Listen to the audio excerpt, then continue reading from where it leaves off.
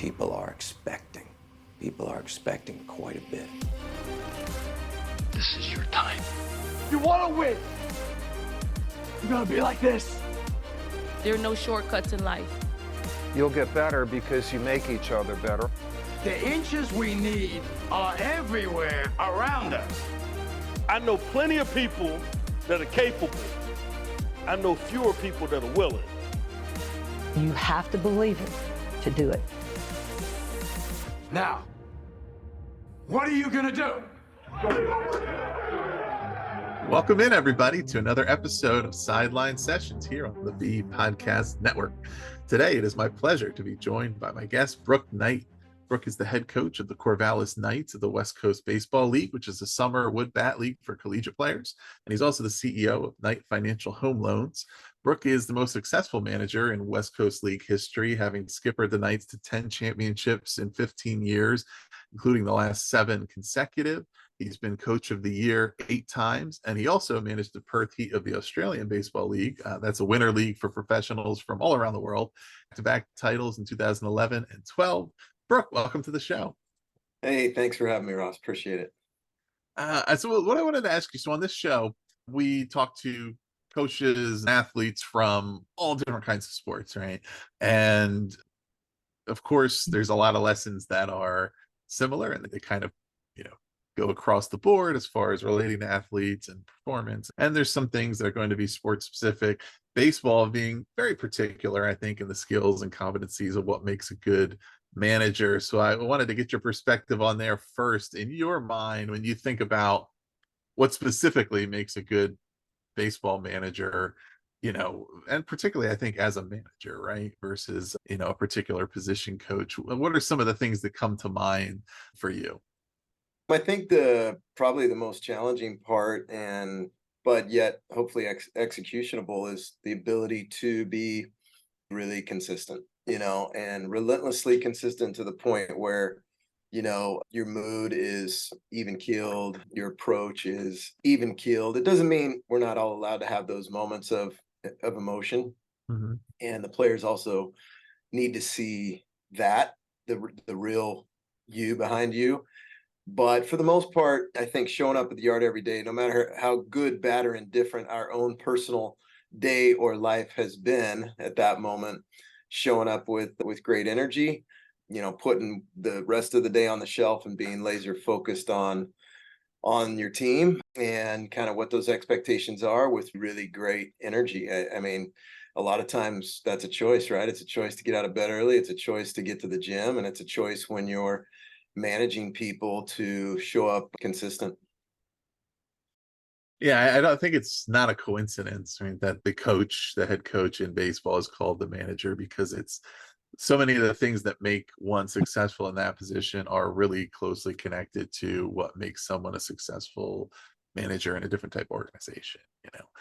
A school principal, a boss at some other kind of company, right? That the fact that it's a everyday type of sport, right? It's people spending a lot of time around one another. It is, solving challenges and the normal ups and downs that aren't always easily or quickly fixable. It's that patience, the perseverance, the steadiness, consistency, like you said, the constancy of saying, okay, when I show up as somebody who's part of this team, I need to walk into an environment and know what I'm getting.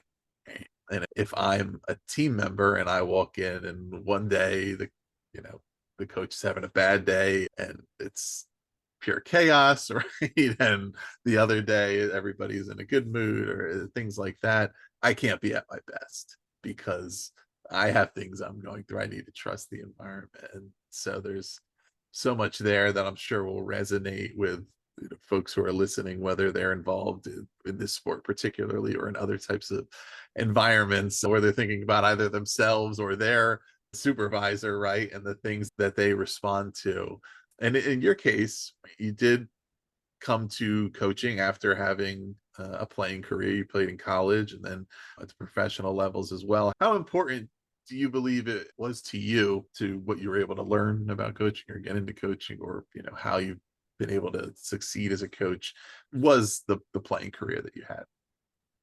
Well, I think it was really important, and obviously, being fortunate enough to be behind or underneath or follow the right mentors and leaders, was a big deal for me.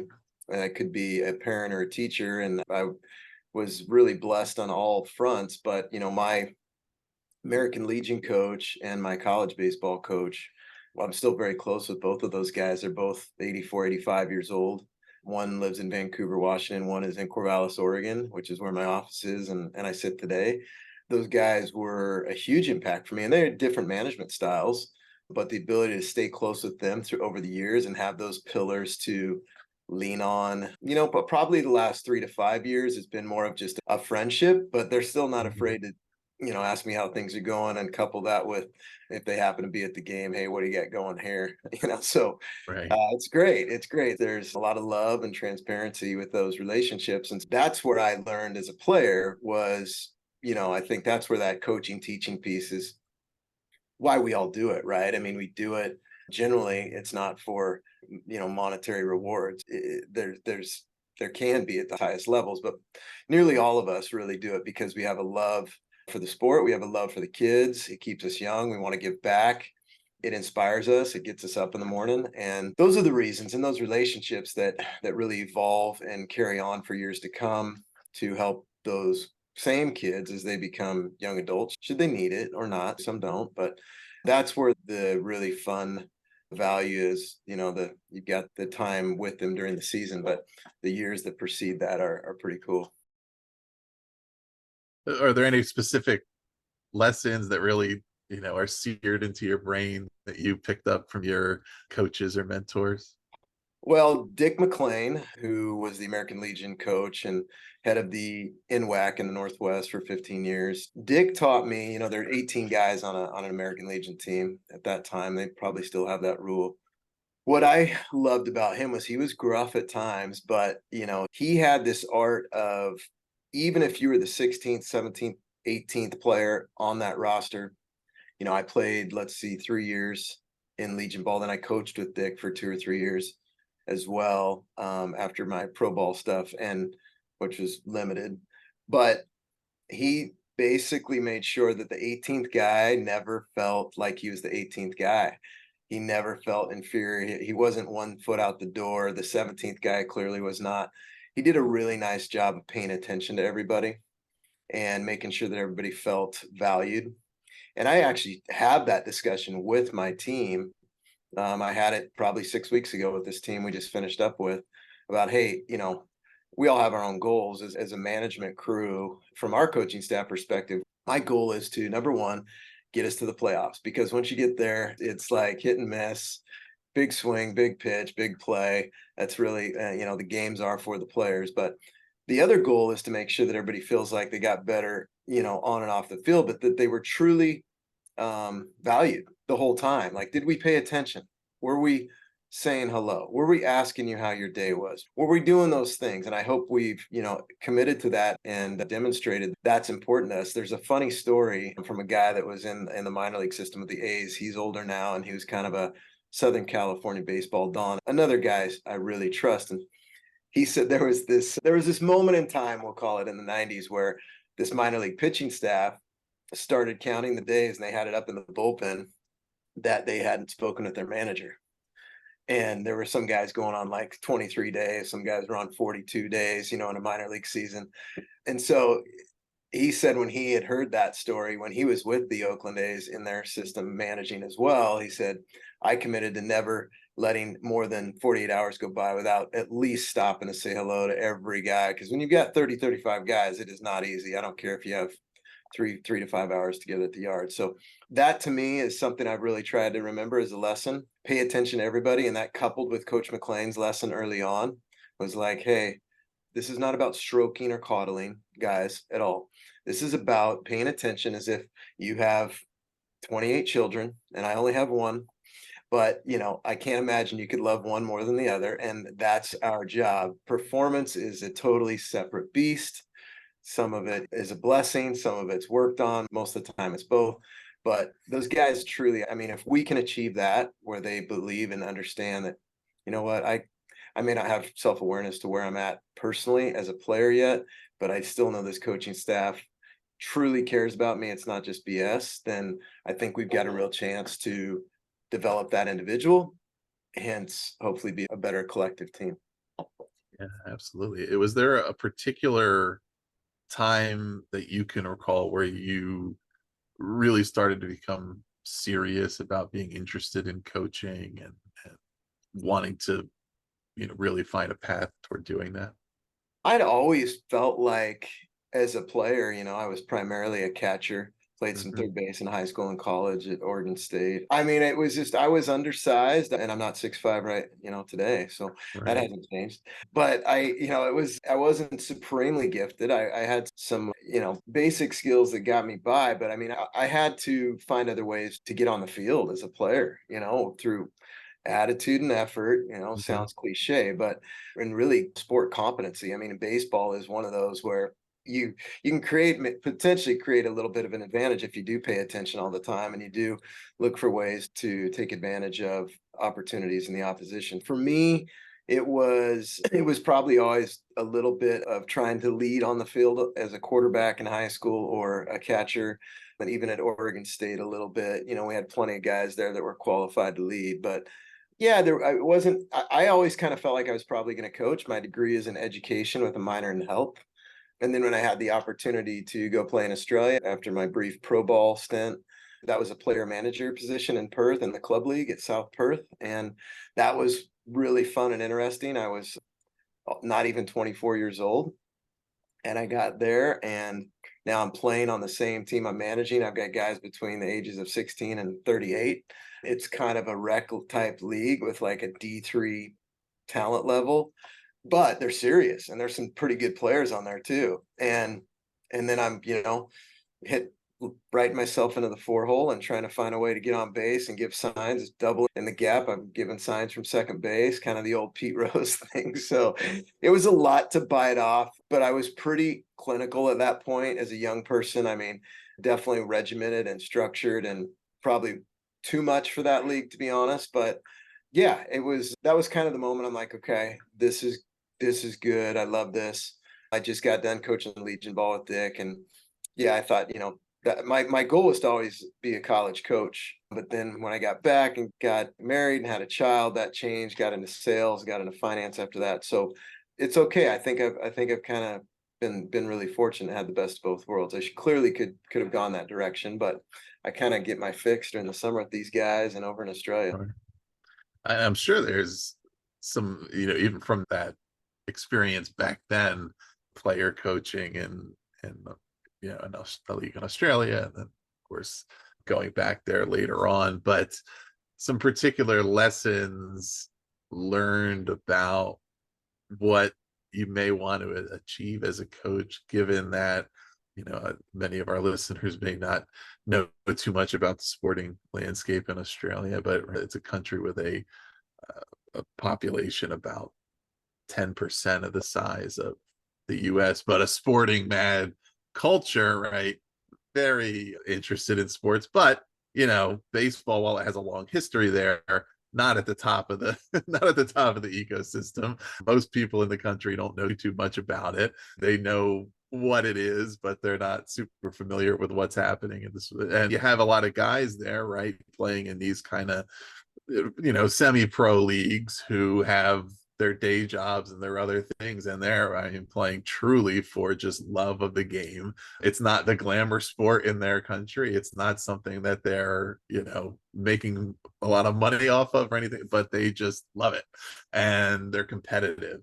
And there's something to be learned, of course, by coaching those types of athletes and understanding, okay, what drives them, what's motivating them to want to do this thing that nobody else around them is probably pushing them to do it, right? They're just out there because they really want to see what they can do. Yeah, exactly. I mean, your younger guys are probably still aspiring to, make the ABL roster or maybe play college baseball here in the States, junior college or D3, or maybe even a D1 like Bazana at Oregon State. You've got those those kids. And then you've got a lot of guys who've already done that. You know, they played college ball in the States. They played a little minor league ball for a couple of years and got released. And yeah, they've got full-time jobs, a wife, 3 kids. They're scrambling from work in their suit and tie or their bricky stuff, and they're shooting over to the field at 5:30 and changing and strapping it on a Tuesday night to try to get some hacks in and some ground balls. And then Thursday night, same thing. And maybe you play a game or 2 on the weekend, and it becomes like a very communal thing with your family. And I mean, it's a huge sacrifice for the missus and for the kids to be like 6 months. You're going to be doing this for 6 months. And they actually pay a player fee that generally goes to the import or 2 that these clubs will obviously fly in and house. And it's really unique. So you're right. It is truly for the camaraderie and the love of the game. And obviously there's a guy or 2 on each one of those clubs that generally does play on the pro team in each respective city. But yeah, I mean, they love it. And shoot, some of those guys, as you know, play till 35, 36, 37 if they're still in good nick and good shape. So yeah, it's really a cool, you know, and Australians are much better at their lifetime fitness than we are as here in the States. I mean, it's not even close, but yeah, that it's a special deal. That's where the baseball community in Australia tends to be small. Like you said, it's definitely second behind cricket and rugby and footy, but it's still a pretty neat community too. Yeah, absolutely. So, you know, and then staying there, right? So obviously years later after that initial experience, you've gone back and now for, you know, a number of years coached in the Australian Baseball League, which I introduced. It's a, you know, a winter league, an off-season league for professionals around the world. Many of the players that have played in that league have become all-stars at the Major League Baseball level here in the US or had nice careers here. Players from Korea, Japan, Taiwan, you know, and so on. So players that play all around the world. And, you know, and also same in the West Coast League, right? It's a summer league for collegiate players. So both of these are what are called quote unquote off-season leagues. So you have a team of players coming together from all over the place and playing for however many months. In those type of environments in particular, what separates, you know, the good team from a great team? At the introduction, even in a brief intro, I listed out, I think, 12 different championship teams that you managed, right? So obviously you've had a lot of success, but it's, you know, one with rosters that are turning over. It's a lot of different players, and it's players that haven't been together forever or haven't necessarily even known each other for a long time. So what does it take to really turn that collection of individuals into a team in a short amount of time and then to turn them into a successful team?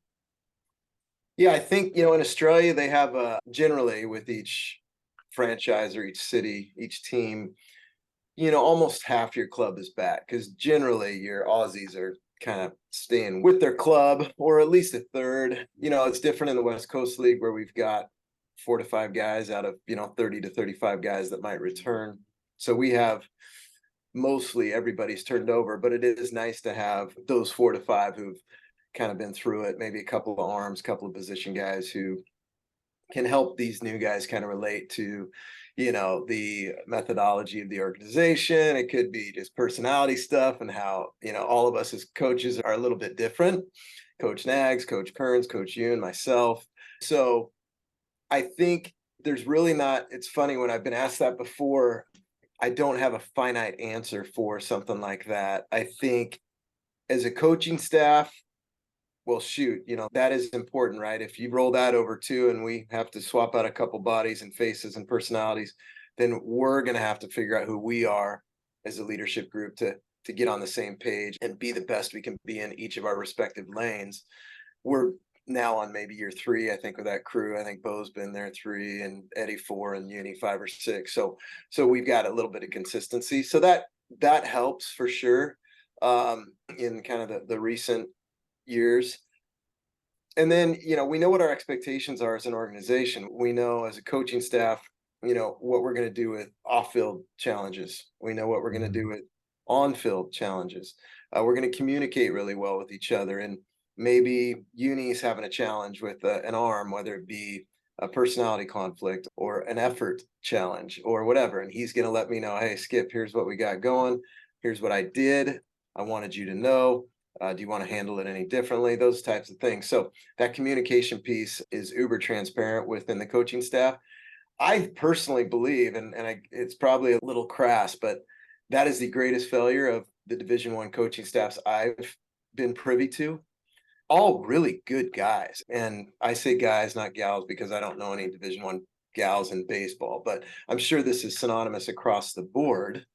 That while they're great people and they're really good at their jobs, they have a little bit of an absence of trust within the staff, and they can't be candid with each other, or you just can't approach the skipper, or we can't rock the boat, man, this job's super important to me. I'd rather be a yes man or a yes woman than a why are we doing it this way person. But I hope with us, I've always tried to really promote, and I tried in Australia too, like, yes, I've got my own principles, yes, I can be convicted, yes, I can be strong, but if I don't know where we're at as a staff, and everybody doesn't feel the ability to speak freely and have open quality conflict, we're not going to be as good as we need to be. We will not make the very best decision we can make. I mean, we've got a lot of brain power in that club, in that coach's locker room. And to not get to that sometimes would be a complete failure, I think. And I can look back on so many situations, even in the last few years, where somebody might have said, what do you got here? Why don't we try this? And I'm like, yeah, why haven't we done that? Really good point. So there can't be fear on the staff, I think, so you can actually deliver. And when the players come in, they see that and feel it. I mean, do not think that if there's any division or discontent on a coaching staff that your players don't know it. We have body language, communication just like they do. They can see it, they can feel it. Just one snide comment can fracture that little glass hummingbird. That is the value of your leadership team. And we guard that with our lives. I mean, it is uber important. And so we have that to kind of drill down. And then the last piece is, you've either got to have two or three. You can have one really exceptional one, but hopefully you have two or three pretty good leaders. And on a baseball team, you'd like to have a strong personality on your pitching staff. You'd like to have a strong personality with the position player group. Catcher, middle infielder would be great. It doesn't have to be. If you get two or three of those that are already kind of self-made or have been leaders throughout, you really give yourself a chance. We've had in the last, well, let's just shorten it up. In the last 6 years, I think at least two of those clubs didn't really have a finite leader. This last year's summer, we had a couple that really wanted to, and so we tried to help foster that. And then, I can think of another club where nobody really wanted to step up. Bunch of great guys, great dudes. But I think fostering that leadership, talking about that with your team, developing those guys so when they get back to their respective schools, they can take that jump as a human being, as a leader on their teams, reminding them that leadership is lonely, it's nomadic, it's not always likable, and there's an art to it, but you have to be courageous and be willing to kind of put yourself out there with your peers and teammates, which is really hard to do. 18 to 22 years old, male or female, it's brutal. I mean, it's hard as adults, right? So just encouraging that and talking about it, I think really helps us finally define who we are, because players then start to self-police. Those guys, hang out together, they win together, they lose together. And it helps get through the grind of, a baseball season, which is a lot of baseball, a lot of games. Yeah. And I mean, how do you, knowing the critical importance of having player leaders on a team, right? That it can't all come from the coaching staff, but when you're in a situation where, you're needing to either foster some leadership or empower some leaders, we've probably all seen teams of 8-year-olds where there's like a natural leader, and then teams of college or professional level where there's like nobody's really doing it. And particularly, I mean, this is a great challenge, but also a great opportunity to learn how to do it in on teams where the incentive structure is not necessarily obvious for buying in to that type of leadership or buying into even the team philosophy, right? There, at different levels and different types of teams and leagues where players are wanting to showcase themselves for an opportunity at some other level or what, and they're incentivized more to just worry about themselves and focus on their own thing versus saying, okay, we have to be a good teammate here, and what do we need to do to win and support one another, and all of those things makes it even more challenging for that one who wants to be the vocal leader and say, look, like, we have to all kind of get on the same page here. But that is an important part of coaching it at any level, right? Youth on up, that there's certain things that are just best accomplished when the players are the ones, leading themselves.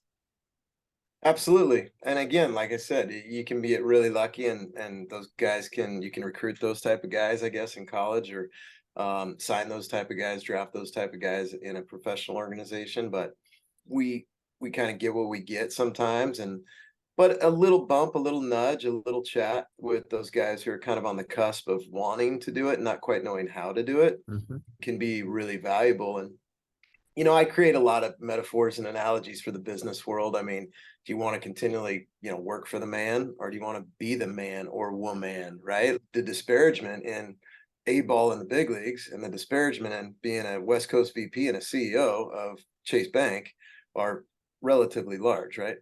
so it's, if we can create as many leaders as possible, so when they leave our experience, they can go back again to their schools in the fall, and they can graduate and get on with their lives.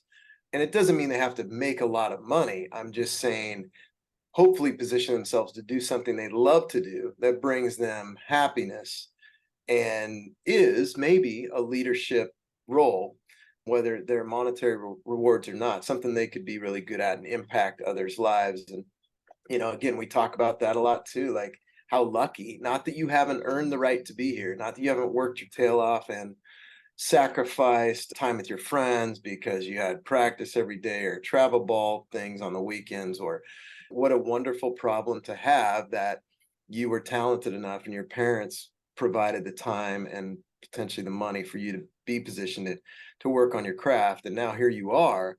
But the ability to really, truly dig down to be grateful for that is step one. And step two is, guess what comes with that? Now you have a responsibility too. And the responsibility is that you guys are around some of the very best peers, which are your teammates, very best student athletes on the planet. I don't care if it's Stanford, Oregon State, George Fox, Linfield, or Lynn Benton Community College, just in our area. You can still gain so much value from that. And now here's your responsibility. Like, you are the next leaders. Whether you like it or not, you are best positioned to lead a city as mayor, to lead a company, to lead a school as the principal, or whatever that might be. This is you. So if you want to kind of be the best landscaper on the planet, that's okay, or the best electrician, that's okay too. But you might still want to be in a position where you've learned some skills to run your own company. Okay.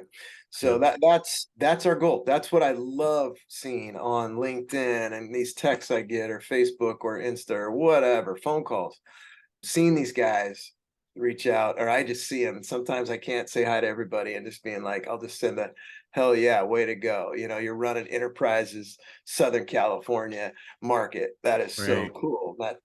So that part is really cool to watch these guys hopefully take some of the skills they've acquired along the way.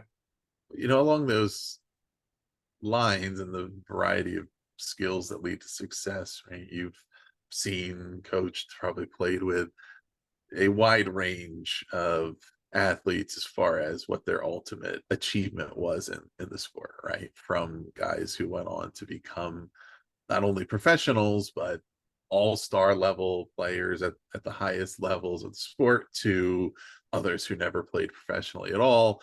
And obviously there's a variety of physical attributes and, pure talent and all of that goes into that, but there's also a lot of other things, right? What have you observed as far as the separating factors between, the good and the great athlete? And even if kind of good to great those are hard terms to define in this case, between those who reach and even maybe exceed their on paper potential, right? And those who have all the talent, but you realize, well, they never quite got there. Yeah, I think there's a couple of things that play into that. Obviously, you've got to generally have some gifts, some skills, but aside from that, there is a true confidence and conviction in themselves. And when that couples with some pretty darn good natural talent, you've got a shot, right? They generally are relatively coachable, not always. They might be so convicted and so darn talented that it takes them a while to learn how to be coachable along the way. But I think, you know, in Pete's recent book, Pete Hall, a friend of mine, he writes about this Dunnigan-Kruger effect where a lot of these people, and I was probably one of these athletes, and thank goodness I was, because it probably saved my bacon and gave me a few more opportunities. But, you know, really just telling yourself something over and over again and starting to believe it, and really believing that they're a little bit better, or they can be a little bit better than they currently are. And that repetitive talk. And that's our goal as coaches too. I mean, I think our job, without, again, painting rosy pictures, is with any athlete, if you can, without cutting them off at the knees, Woody Hayes style, and that was, you know, that was definitely effective in those days. But for us these days, I would say, hey, if we can get our players to think they're a little bit better than they believe they are, or we actually know that they are, we've done a hell of a job. Because if we want to be uber candid with the player, here's exactly where you're at. Well, I don't think we're setting them up to kind of get to that next step. So I think the goal is to give them a little bit of life, give them a little bit of hope, give them a little bit of, hey, what does that look like if you're here? Why can't you get here? What does that smell like? What does that taste like? Why can't you get here? I believe you can. If you believe it as much as I do, you know, I think you've got a shot, right? And so while mom and dad may have said that, it may not be as meaningful. They don't have the resume that a coach would have, right?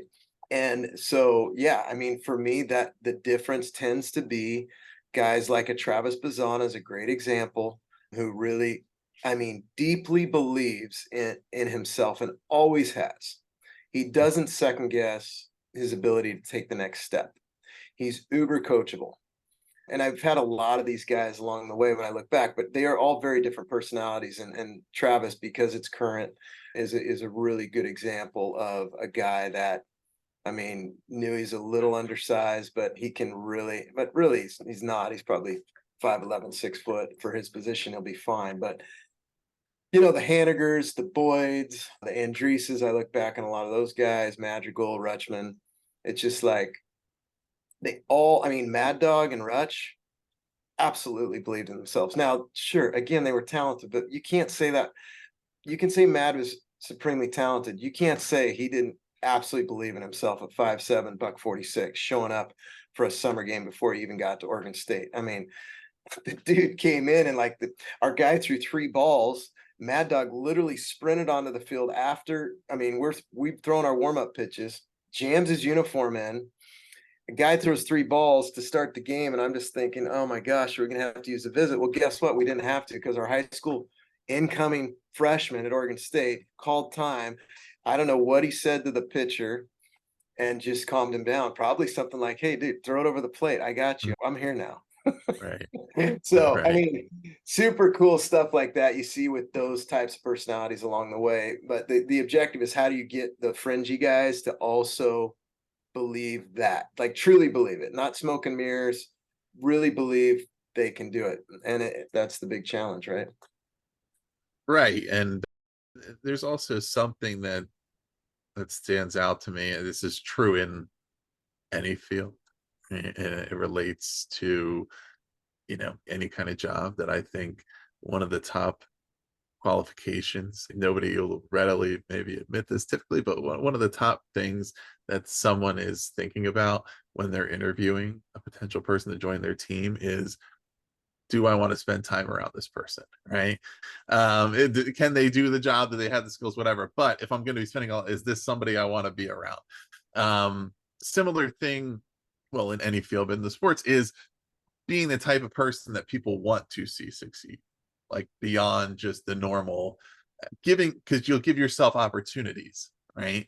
If you're somebody that nobody likes and you're not, you know, you don't get along with people, you know, even if you're super talented, you'll limit your opportunities because there's not a lot of people that want to go out of their way to give you that second chance or that little extra help or that little extra, you know, that second look kind of thing. Versus I am, you know, and having spent a lot of time around athletes myself, and you have, you know, you can think of those guys who they went through periods of struggle, but because they were that type of person that everybody really wanted to see succeed, it was all right, let's see, let's give them another chance. Or there's players who, you know, get traded a lot from team to team, and you look and you say, well, they're, you know, their numbers don't necessarily show that they should be in such demand, but it's because there's somebody that sees something and says, well, we want that person in our locker room, in our clubhouse, right? And again, all of that is understanding that, because even the very best of the best in a sport as competitive as these sports are, there are going to be times when you're not doing so well. There's going to be times where you go from top prospect to this guy, his career might not last much longer. And it's, you know, are you, not only can you play, but yeah, what intangibles do you bring? Does your presence on a team make it greater than the sum of its parts because you help bring out more in your teammates, or because you're also, I think, thoughtful about your own self and your own approach, right? Not necessarily losing confidence, but also not having just arrogance where you're not understanding where you might need to improve or do a little better or put in that extra work or ask for help and all those kind of things. But certainly, Yeah, we do talk about that. And in fact, we probably went through that a little bit this last summer, but we've had a few clubs where, well, and it's a chat we always have. You're either adding to the energy or usurping the energy, period. There's rarely an in between. And if there is, it's a temporary moment in time, right? It's the exception. So when you have that and you've got a body or two that it could just be immaturity. Most of the time, that's what it is for us. Like, they are good kids and they're just trying to find their way. And we do try to give them a little longer rope, but also love. And that love sometimes could come in the form of tougher love. There are consequences, and then we stay with it for a while. And then you go, hey, maybe we've got to make the very tough decision. It's not easy, but it's addition by subtraction, because it doesn't take more than one, honestly. And if you start with one, you know what the next problem is, and that's a real problem. And I have had it happen once in my career, not so long ago, and I did a really poor job not making decisions on that. And every other time I've done a pretty good job, or we have as a coaching staff making a decision that, you know what, doesn't mean it's a bad person, doesn't mean it's a bad athlete. It just means that unwillingness to row the same direction, that unwillingness to get on board and truly be a great teammate or be coachable, whatever it might be. And it doesn't mean we have to agree on everything and align, but especially at the pro level, it becomes, we'll call it the hybrid pro level in the ABL. It's a little different, but you're in a position where, you know, if you think that you can change that behavior, if it's too far down the road, it's not going to happen. It's just not either the right moment for that individual. The core values don't align. Maybe there's a complete failure on the leadership part, which in that case would be me and our coaching staff. That could be the case too. I'm not saying it's always player centric by any means. It just means that there's not a connection. And if you aren't willing to make that decision for the collective whole, it can be costly. And so I think we try to recognize that. And I think I would encourage all young coaches and teachers. I know that a lot of people are handcuffed by maybe the school district, or call it the NCAA. We've got a little bit more freedom, fortunately, at our level to make those tougher decisions. But at the end of the day, most of the time, I think both parties kind of acknowledge that this just isn't going to work. We've rarely ever had, and I'm probably in 15 seasons, made that decision 4 or 5 times through the course of a season. And I don't really ever remember somebody really pushing back too hard saying, hey, nope, I'm good with it, makes sense to me type thing. But you can't allow that cancer to foster inside of a clubhouse, a locker room, whatever it may be. It can be costly. You will, if you win and you become champions at the end of the season, it is definitely the exception and not the rule. I mean, it would be an unusual fluky moment. So we've got to keep that part really clean. Always. It's fragile. Right. And, and so much of that, like saying, right, there's a foundation of relationships.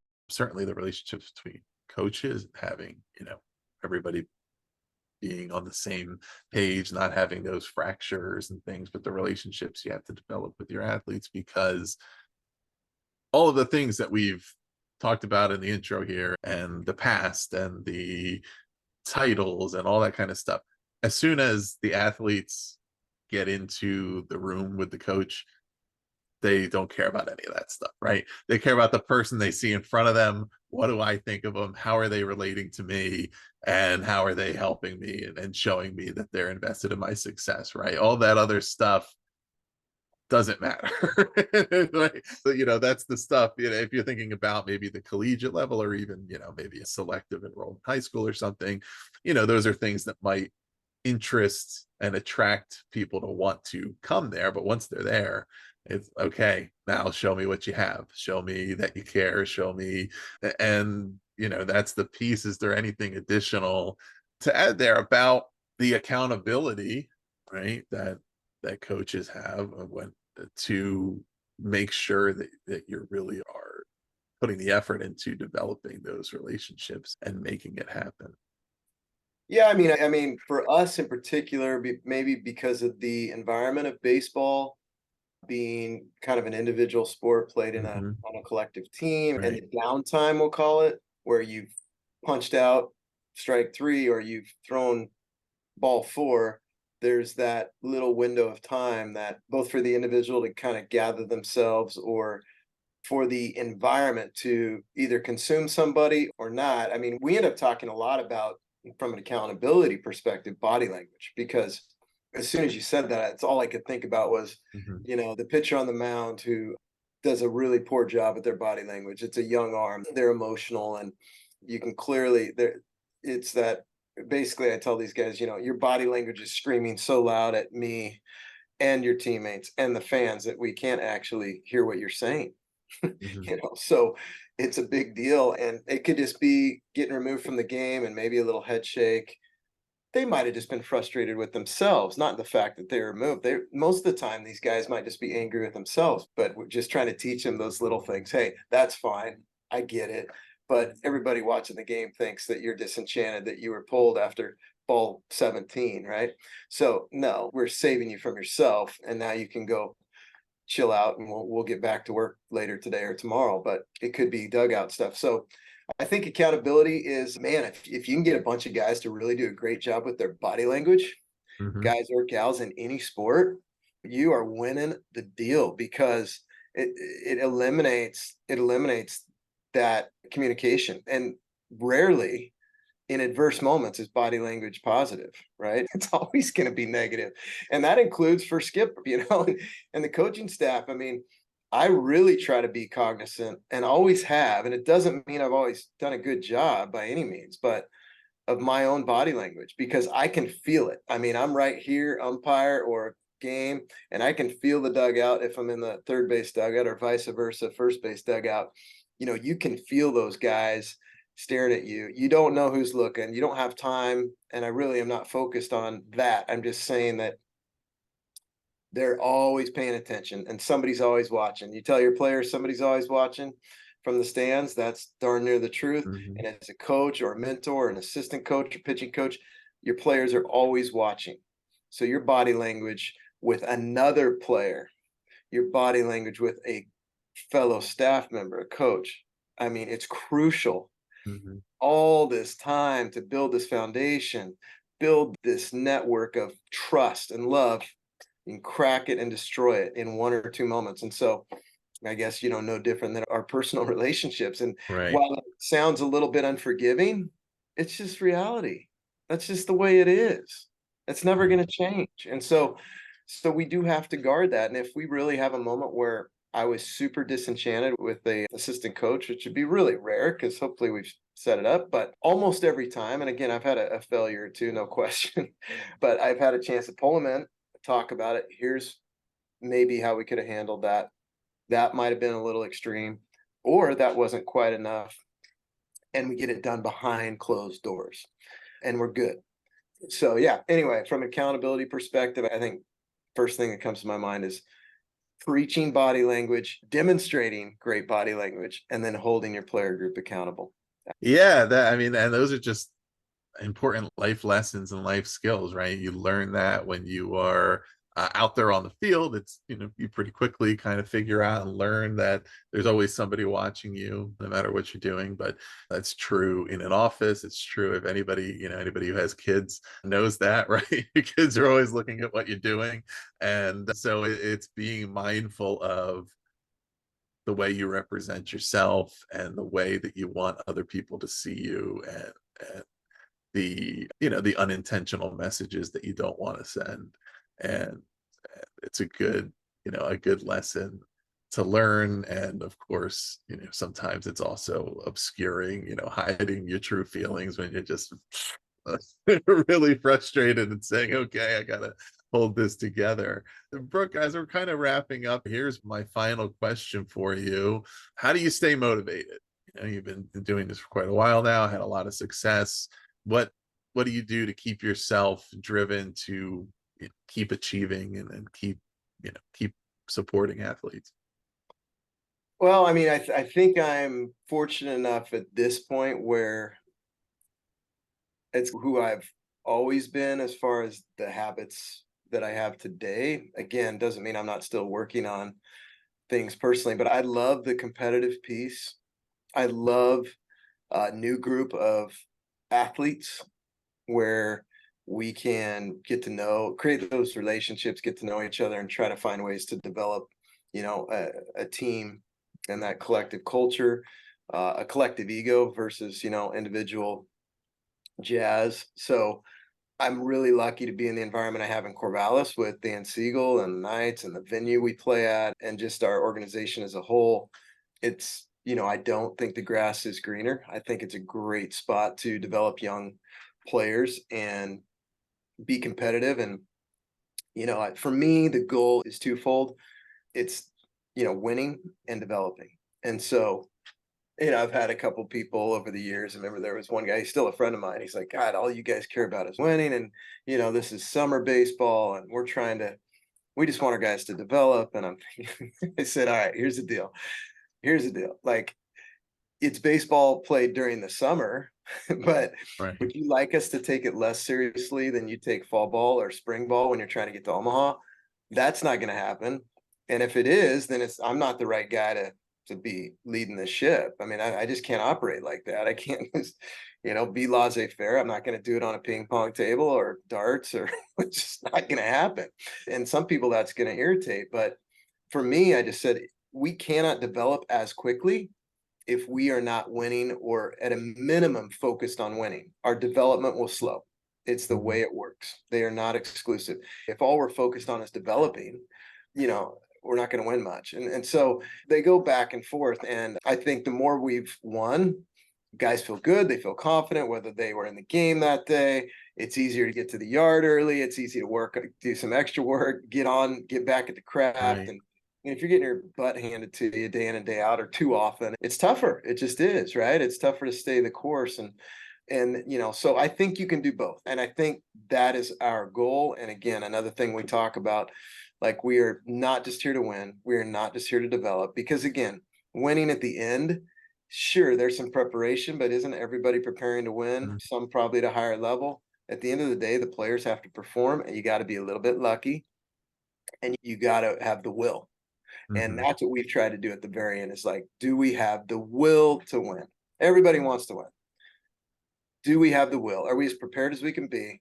And is it like nobody is going to take this opportunity away from us? So, but the players got to play. And so I think, and that's the beauty of it, is just trying to position ourselves at the end to be really effective And if we don't get the job done, so be it. It's still been a great experience and a great journey with that group of people. But it is, and it's wonderful to see them get over the line at the end, especially this last group who, we had some talent, but we didn't really have that Rutschman, that Magical, that Brooks Lee, that Haniger, that Boyd. We had a couple of really good players, and Takin was a good leader, and Merritt Jones out of Utah really pitched the heck out of it in the playoffs for us. But ultimately, that truly was a bunch of people pulling on a rope and just finding a way to get over the line. So it was pretty neat to see those guys pull it off.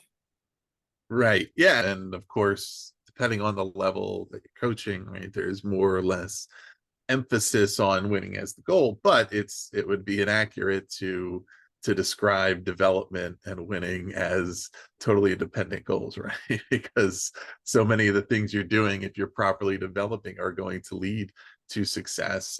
Often we think about it, there's this, I think, misperception that the focus on winning, all that means is either,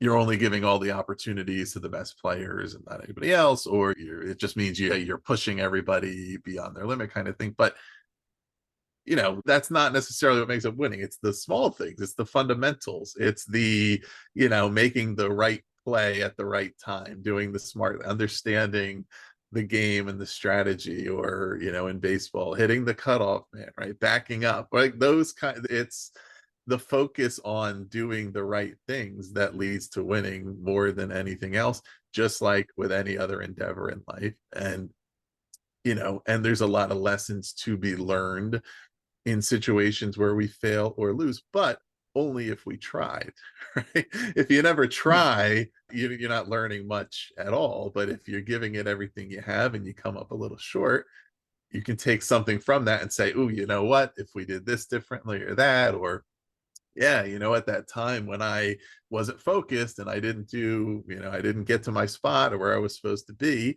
it cost us. And now I know better for next time that I won't make that same mistake. Yeah, exactly. I mean, the greatest lessons do come from those adverse moments. And should I be approached with that challenge? I was a few years back where I didn't make a great decision on addition by subtraction. I won't make that mistake again. And at this point in my career, you'd think I'd be smarter than that. And I just wasn't. And so I look forward to the challenge ahead to maybe, have that formidable opportunity again and then go, hey, what am I going to do this time? So we'll see. It's a work in progress. I am surely a work in progress. And, that's the beauty of it too, is leaning on my coaching staff for them, like Coach Nags. And that's why I brought him on 4 years ago. Say, I'm tired of just being a head guy. And he was a head guy, a very successful head guy. And say, if there's something you see that you don't like or that we're not doing well enough, just let me know. And he does. And he's super professional and respectful about it. But we've gotten better because of his ability to be candid with me, and hopefully my ability to be open-minded and take some advice and direction from one of my peers who I love and trust. So it's a team effort. Yeah. Excellent. Well, listeners, you can learn much more. Look in the show notes below, learn about Brooke, learn about his coaching career, learn about his home loans business, connect with him on social media. There's so much more there. So make sure to check that all out. Please also do subscribe to Sideline Sessions to hear the rest of our fall season. We got a lot more great episodes coming up for you in the coming months. So please do stick with us, check that out, and visit bpodcast.network to learn about all of our other shows. Brooke Knight, thanks so much for being with us. Thank you for having me. I had a great time. Appreciate it.